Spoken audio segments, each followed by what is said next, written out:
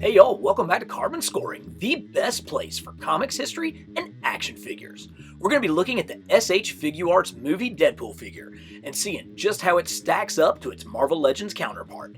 But that's not all. We'll also be announcing the winner of this deluxe Venom figure from our Venom history video. So grab your chimichangas and let's go. Alright, here we go. We got the Bandai Tamashii Nations s.h. Figuarts Deadpool. And woo, this thing is sweet. Great product images all over the package. Really like the art and the art style. We've got something being screamed in Japanese here. It is a Deadpool figure. I'm hoping it says Deadpool and not something really dirty. If it does, hey, sorry about that. I can't read Japanese. But great figure in the package, all the accessories. What are we waiting for? Let's break this thing open and take a look. Ooh, yeah.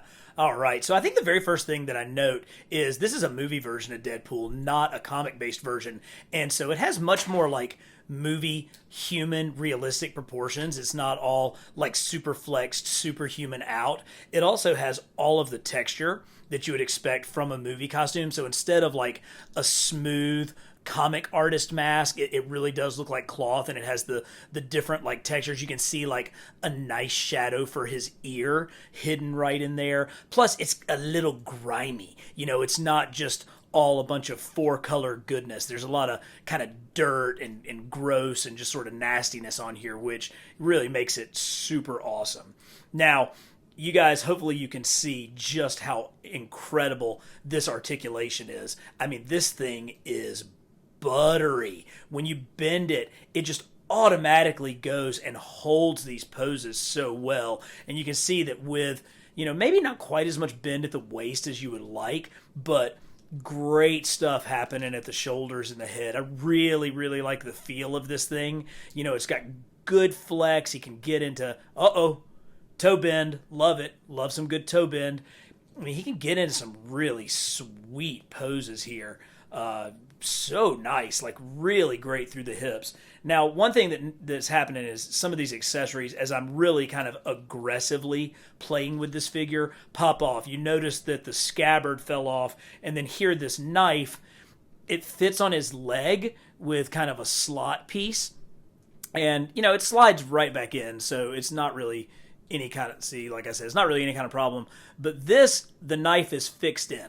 So if you want to have one where, you know, maybe you're in some kind of static pose where the knife stays in, you've got that option. But they also gave us a second knife that, again, it slides right into there. This time the handle blade, I think, is maybe a little bit longer. But on this one, you do have a removable knife that comes out. And for the scabbard, I thought this was kind of interesting. So again, just a simple peg that it goes in. And if you're posing it for photography or things like that, it's going to stay fine. And it looks really good. If you start getting aggressive with it like I was, where I was really bending the back and trying to twist Deadpool into some crazy shapes, it might pop off. One thing, though, that I find interesting about this is when you have the scabbard in place and you take it out, it's just the sword hilts that are in there. This is not really made, I don't believe, for the swords themselves to go all the way in, which is okay by me because I've had some real trouble with some Deadpool figures getting the swords to fit comfortably down in the scabbards. And so this figure just basically bypasses that. See, I told you, if you're fiddling with it, they can fall off. But here, you know, he can hold his sword in his hand, and you can choose how you want the scabbard to look with those pull-out handle swords. So I think that's actually a good compromise. I like having more accessories. That's definitely a win, and certainly this one comes with a ton of accessories. And let's actually pull the box up and see exactly what this bad boy comes with.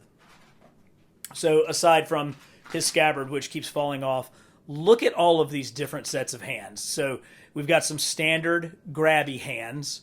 We have some four-finger death punch pokey hands.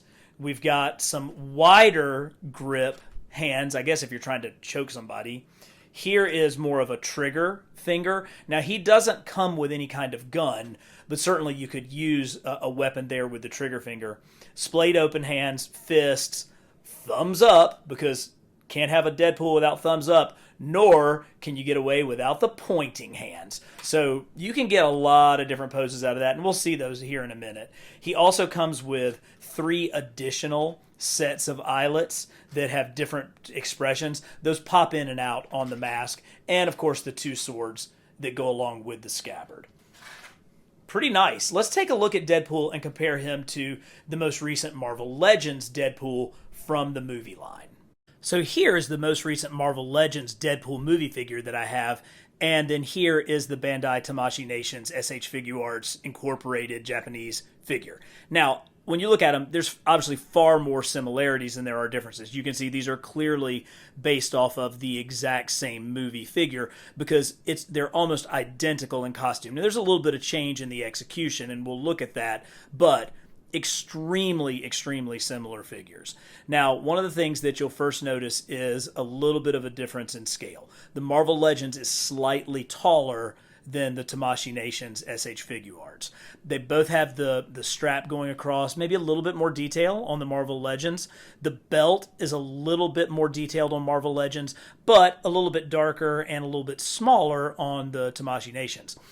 Probably the biggest difference is, yes, they both have the knife down at his calf, but the Marvel Legends actually comes with his guns and holsters, whereas the Tamashii Nations has the peg for them, but they sure weren't in my package, so, I didn't see them in there. Mask-wise, a lot more similarities than differences. I think that this head is maybe a little bit more angular, a little bit more comic booky compared to this head, which is particularly when we look at him from the side, a little bit more, human figure accurate. Same thing as we look at it here. Of course, they both have their scabbards. This one has fallen off.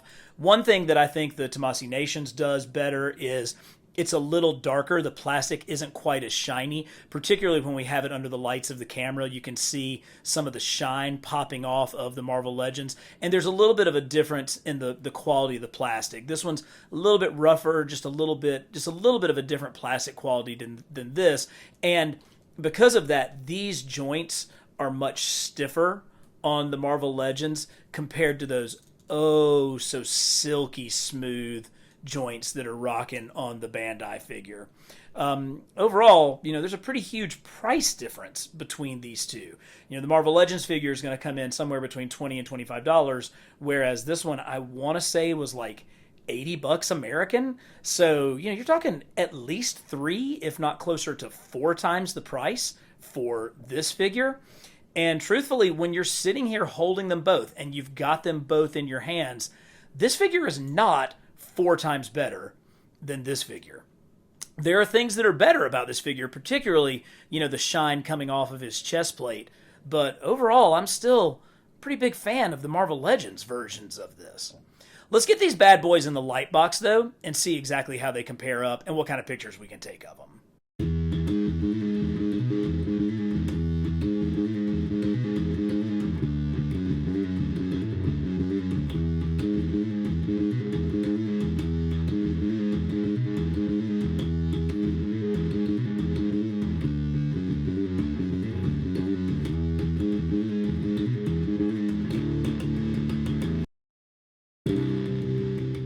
Alright guys, let's give away this Venom figure.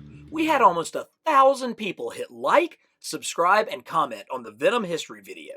I always appreciate the support for the channel, so let's whip out the random number generator and give it a spin. There it is, 283. Let's run to the comments and see what that comes up with.